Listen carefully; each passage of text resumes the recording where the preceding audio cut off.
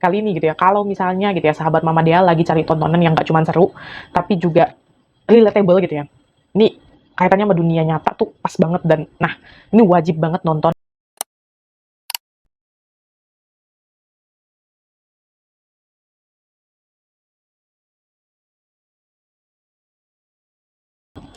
Halo semuanya, Assalamualaikum warahmatullahi wabarakatuh. Balik lagi bareng Mama Dea, karena bahagia bukan cuma tentang hasil, tapi juga perjalanan. Nah, perjalananku hari ini ada di titik aku ketemu drama series gitu ya.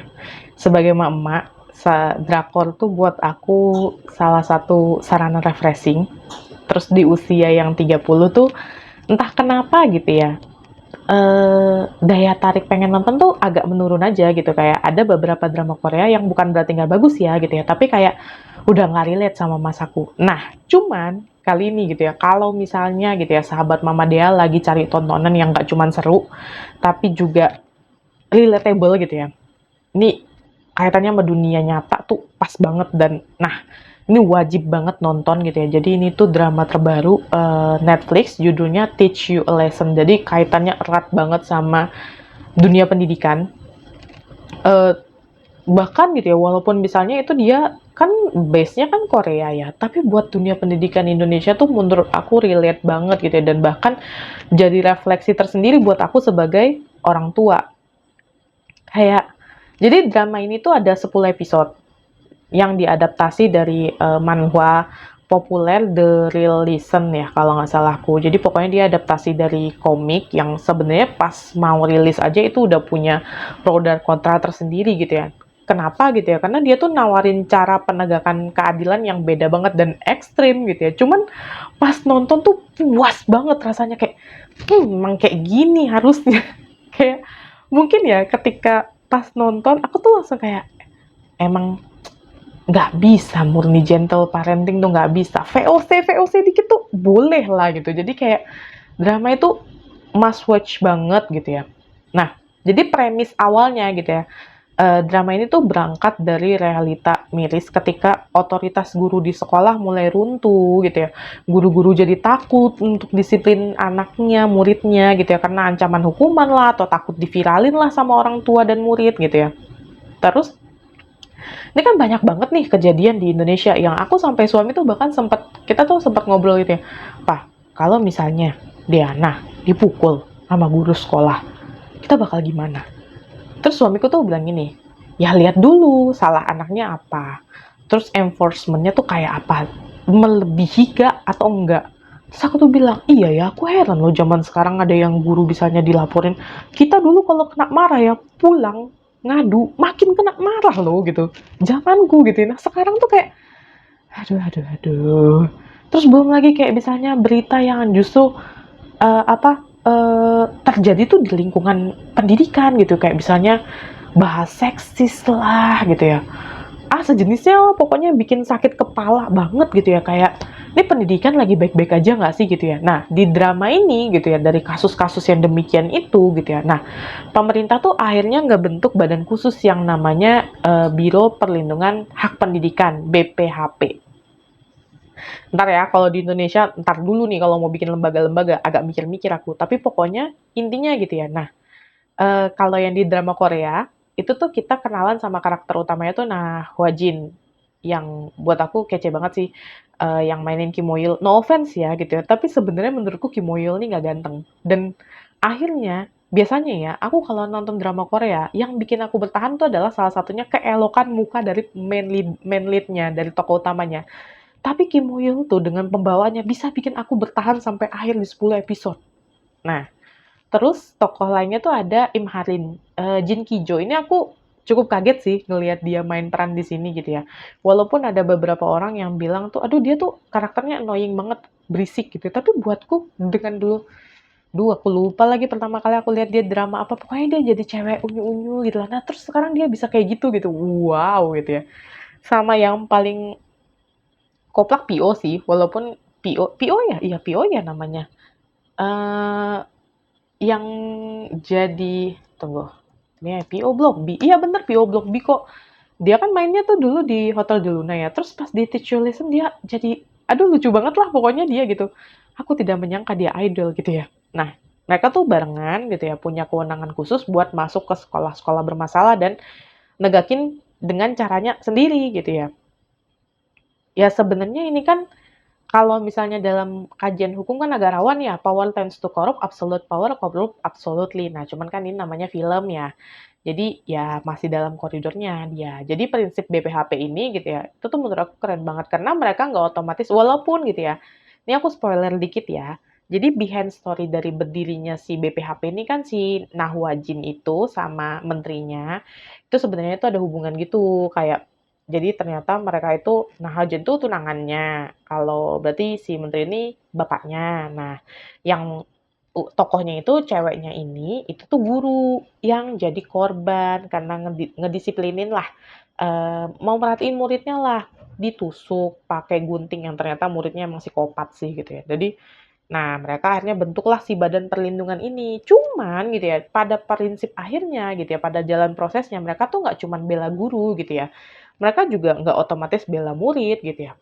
Tapi mereka tuh ngebela korban yang sebenarnya.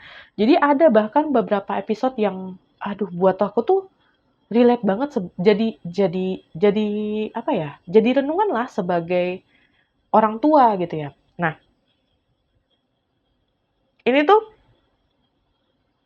jadi pelajaran mahal banget gitu ya.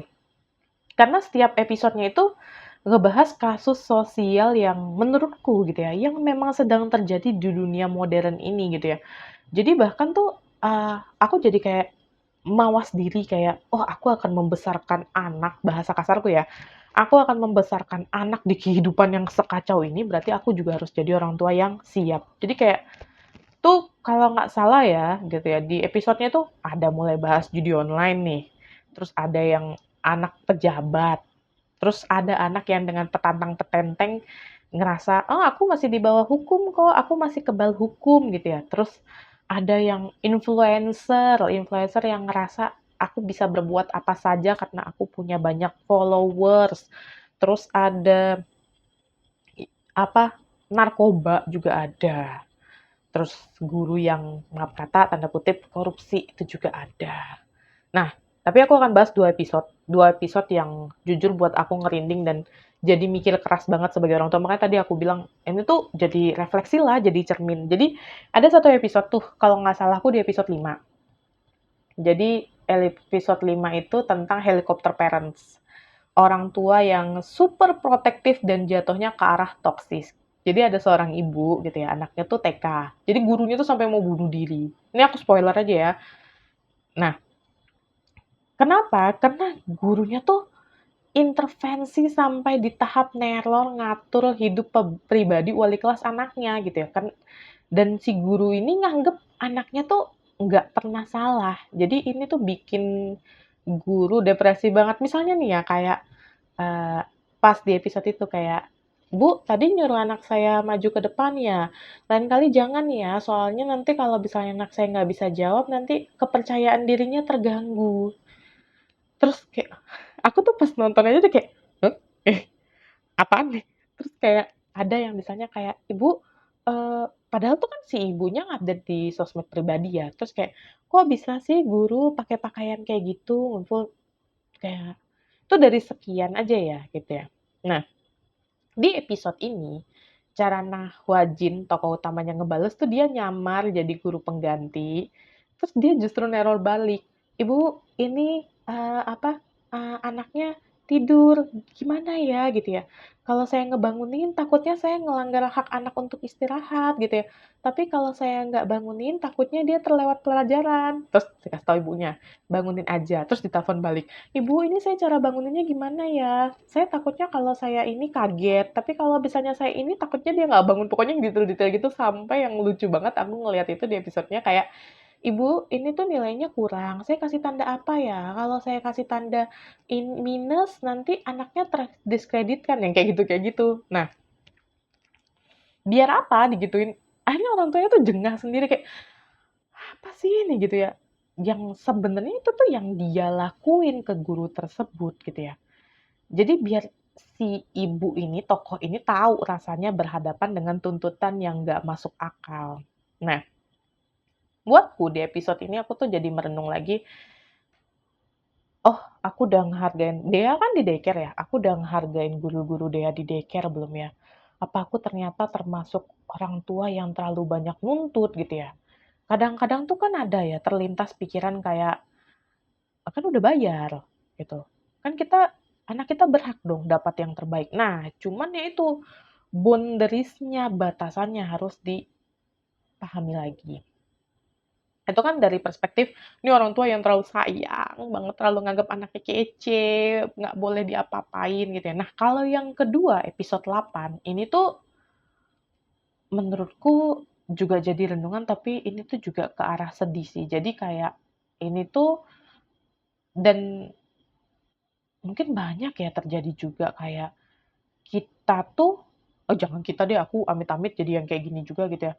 Orang tua yang nge-push anaknya untuk jadi yang terbaik, ya alasannya, ya biar anaknya bisa ngejalanin hidupin yang lebih baik, biar nggak perlu menderita, biar nggak perlu susah gitu ya. Jadi si anak ini pingsan pas ujian. Nah, karena tekanan dari orang tuanya yang luar biasa.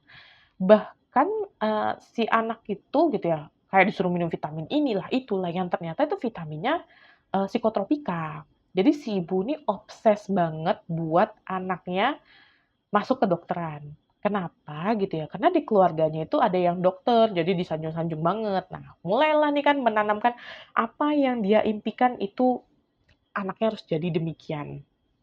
Nah, hukuman dari tokoh utamanya, dari Nahwajinnya, ini kan anaknya dirawat di rumah sakit nih akhirnya. Si ibu yang disuruh belajar pakai cara plan yang dia bikin buat anaknya gitu ya. Bangun jam sekian, tidur jam sekian, fokus nyemilnya cuman almond kalau makan malam biar nggak lapar, biar nggak ngantuk. Sampai akhirnya Nahwajinya bilang gini, kalau pengen banget masuk ke kedokteran, kenapa nggak kamu sendiri aja yang belajar gitu ya. Jadi si ibu tuh akhirnya dikurung buat belajar siang malam dan ngerasain itu plan yang dia buat anaknya sendiri. Tek, langsung kena banget tuh ke mental. Jadi buat aku 2 episode ini gitu ya. Yang satu aku belajar banget sebagai orang tua untuk tidak memaksakan kehendakku, buat paham tiap anak itu punya proses dan batasan yang beda-beda. Nah, terus yang satu lagi aku belajar untuk bagaimana berkomunikasi dan mengatur ekspektasi ke guru, dan terima kasih banyak lah gitu ya, karena istilahnya guru, sekolah, itu tuh jatuhnya kayak rumah kedua anak kita gitu ya. Mereka nggak ada hubungan darah loh, tapi mau menerima, membimbing gitu ya. Makanya mungkin ada, ya kita dulu kenal guru adalah pahlawan tanpa tanda jasa gitu ya, ya itu gitu ya. Nah, balik ke review ya. Jadi kayak tiap episode kan dia punya masalah sosial yang beda-beda nih. Jadi alurnya pendek. Nah, buat aku mama-mama usia 30 yang udah agak lemot gitu ya, ini tuh enteng banget jadinya buat diikutin. Terus karena alurnya action kan gitu ya, itu tuh bikin puas banget. Kayak kayak lega gitu loh. Dan dengan sistem eye for an eye gitu ya, pelaku tuh dibikin ngerasain sama apa yang dirasain korban tuh kayak, "Mmm, yes!" gitu. Jadi dialog di drama ini tuh mahal-mahal banget, dan ya emang fungsinya jadi ngerenung banget. Nah, ada tuh beberapa quote yang akhirnya aku ambil ya gitu ya, yang bisa kita renungin lah sebagai orang dewasa. Terus saking semangatnya, batuk dulu. Jadi yang pertama tuh, yang paling utama yang sering banget diomongin tuh, if adults are afraid of children, the world will be destroyed. Kalau orang dewasa sampai takut sama anak-anak, itu dunia bakal hancur. Gak ada lagi yang bisa ngarahin anak-anak. Tugas kita lah sebagai orang dewasa untuk ngebimbing anak-anak ke arah yang benar, biar mereka jadi orang dewasa yang baik, yang kemudian menciptakan generasi yang lebih baik lagi. Terus karena aku juga dosen, dan aku sebenarnya sering banget nggunain kata-kata ini, kurang lebih kayak kalau misalnya aku mulai kelas tuh aku sering bilang, yang ngantuk, yang nggak mau belajar, yang bosen, ya udah terserah tapi jangan ganggu temennya kayak gitu. Nah, di drama ini gitu ya, dia bilang, ada di episode 2 atau 3 kalau nggak salah, ini aku ingat banget yang dia masuk ke sekolah berandal. Jadi dia tuh bilang gini, "If you don't want to go to school, don't. If you don't want to study, don't. That's your choice, but don't mess up other people's life. Don't think your 1 minute is the same as someone else 1 minute right now." Jadi it will be make a difference of decade later. Jadi udah kalau kamu nggak mau ya udah gitu. Tapi jangan ganggu hidup orang lain karena kan yang di episode itu tuh kejadiannya adalah mereka tuh jadi bikin satu sekolah rusuh gitu ya. Padahal ada loh anak satu orang yang mau belajar dengan benar gitu ya. Nah, kalau nggak salah ini tuh quote di episode pertama kurang lebih. Jadi kayak anaknya itu udah pasrah banget dia jadi korban bullying gitu kan. Diem aja dia terus si Nahwajinnya tuh bilang gini, nangis aja, cry out loud. Why hold it in gitu ya. If you hold it in, no one will know you are crying. If you don't speak up, no one will know what happened to you gitu ya. Jadi kayak luapin aja, omongin aja. Terus kayak si anak yang dibully kan kayak udah nyerah gitu ya, kayak ah, kudu gimana lagi gitu ya. Terus si Nahwajunya tuh kayak terusin aja sampai kamu ketemu orang dewasa yang baik kayak aku gitu. Jadi kayak one day itu bakal nyampe gitu ya. Jadi kayak kesimpulan intinya gitu ya. Teach you a lesson tuh bukan cuman drama aksi biasa gitu ya. Ini tuh alarm pengingat buat kita orang dewasa gitu ya. Baik sebagai orang tua, pendidik, ataupun masyarakat tentang pentingnya batasan, pentingnya empati, pentingnya gimana ngedidik anak dengan benar di era digital ini yang semua informasi itu masuk ke mereka. Nah, drama ini tuh udah tayang langsung ya, ada 10 episode di Netflix gitu ya. Jadi pas banget kalau buat yang mau maraton, yang males nunggu ongoing, jadi pas waktu luang bisa tuh ditonton di akhir pekan. Oke, itu aja sekian review aku gitu ya. Semoga bermanfaat, sampai ketemu di konten berikutnya. Dadah semuanya. Assalamualaikum warahmatullahi wabarakatuh.